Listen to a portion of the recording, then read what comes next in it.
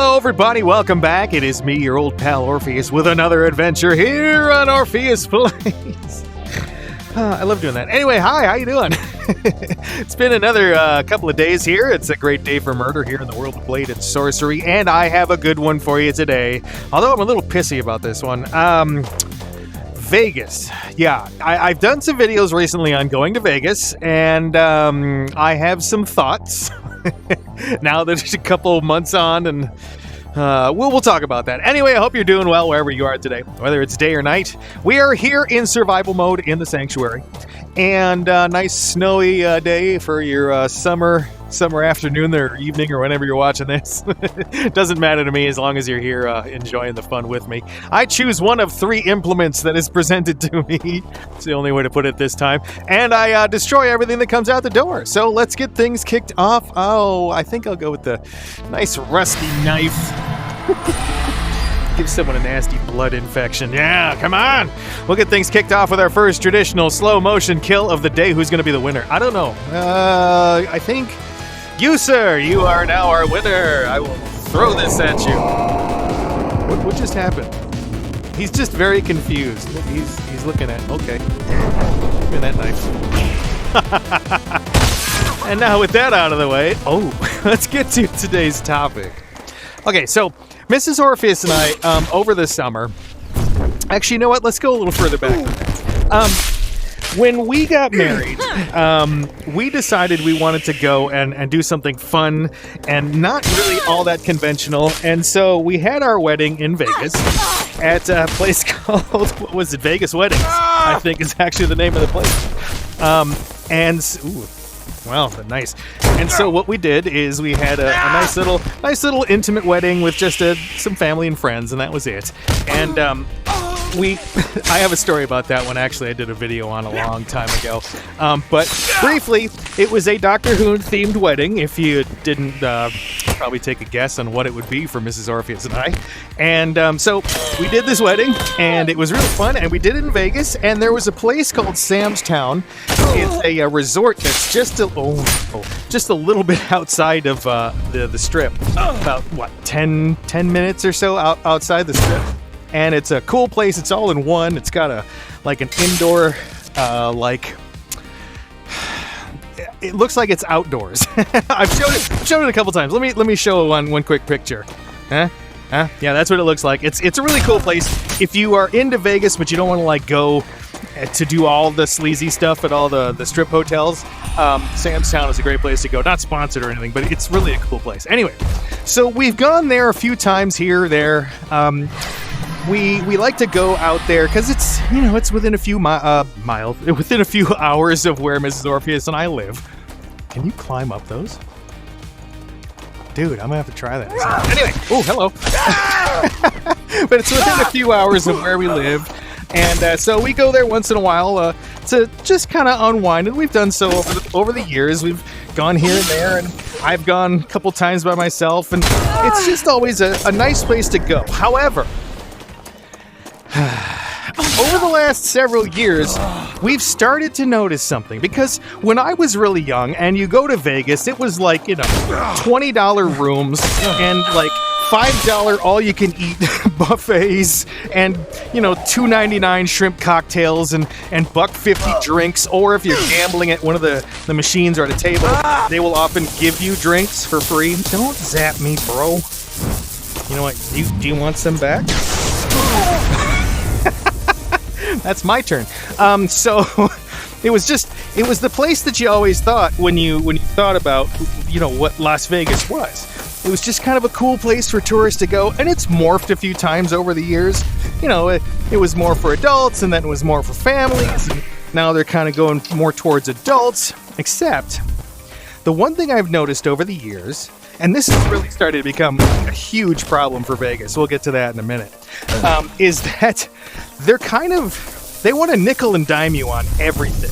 They want every single last penny out of you that they can get. And one of the ways that they're doing this that have cropped up and that are absolutely ridiculous are, say it with me, resort fees. Yeah, resort fees are like, so I'll give you a good example, although I might get in trouble, but who cares? One of the places that does this is the Luxor, I believe. Is it the Luxor? Anyway, yeah, it's the Luxor. Or, it could be really any of them, but the last one I saw was the Luxor. And I went and checked out some rooms, and it's like, okay, we can get a room for like literally $22 or something. Okay? That's the room rate that they live. The problem is, when you go to check out, give it. So when you go to check out, or like look at the actual room, there's like like $120 resort fee or something. So plus tax, plus everything else, the city of Las Vegas, Nevada gets their cut. A lot of the times they have like service fees that they're just like, oh, it's a service fee.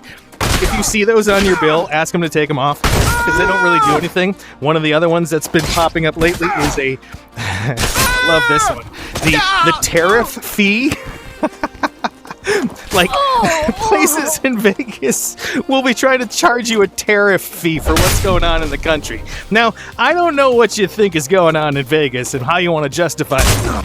I really don't justify that. And actually, if you ask them, again, if you say, hey, what is this for? They will normally take it off because that fee doesn't serve any purpose. It doesn't help anybody there, right? So, anyway, but fees. All these little things. Now you go and the buffets are mostly gone. Now I understand. Ew. I understand that the big old virus, had a lot to do with this. All right, but it was getting pretty bad before then. The virus had a good way of reducing the amount of people that were there, like substantially. However, instead of just kind of, winding down their operations a little bit for a year or two, instead of doing that, no. They decided what the hell? Why am I all zappy again? Oh no. They decided that they were going to instead crank up fees. Hold on. I must have got touched by someone. His staff must have been electric. Here, give me the boogie woogie. Give me 1 second. Let me go out of here, restart the level. One eternity later. Aha! We're back. Okay, so of course to compensate, instead of winding things down, shutting down parts of the hotels or anything like that, no. Of course, they cranked up fees. All right, so they started adding more resort fees around. Resort fees are ridiculous because they don't really do anything for anybody except for the hotel. Because what's the difference, right? If you're paying $22 for a hotel room like we used to, and there wasn't any BS attached to it. What? There wasn't any BS attached to it, right? When it was that, the resort fee was like maybe $20 a day or something, and it made sense because it was like this helps with the maintenance for things like the pools and the paint and all that stuff. And yes, they get a lot of money from the casino and the gambling, but they also have to run a business. I got that. So like when you come out the other end, $22 room, maybe a $20 resort fee back in the day was like, wow, that's a lot, right? And then you come out the other end and you're like, I saved up about $2,000 for a decent Vegas vacation, and it was a really nice vacation. Well, fast forward to this past summer. We're still in the summer, but we're in the school year now, so it's kind of like summer's over, basically.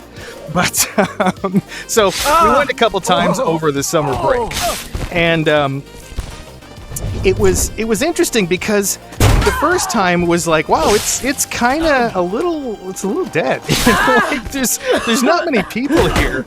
And I thought, well, maybe it's because we're slightly off season. But the thing about off season is like it's a lot of people that say, well, it's off season, maybe I should go. Okay, but there wasn't really that big of a crowd, and we were just there for our wonderful anniversary. We were there and we wanted to just kind of chill out and have a good time and everything.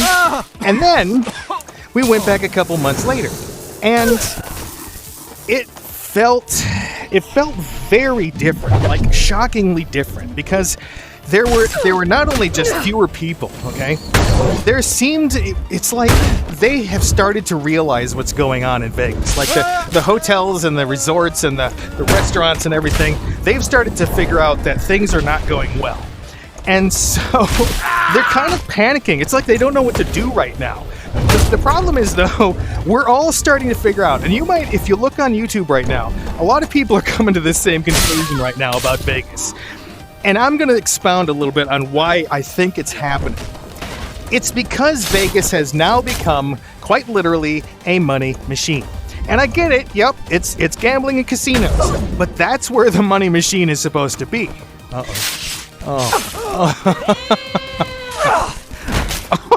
Oh my gosh, that was brutal. Anyway, so it's literally the casino part of it is the money machine, right? And that's how it used to be. The house has a good advantage. You don't have that great of an advantage, but you know, different places have different payout kinds, and their slots are looser or tighter, whatever. And they'll have different table games and everything. If you're good at table games, it used to be, you know, no problem.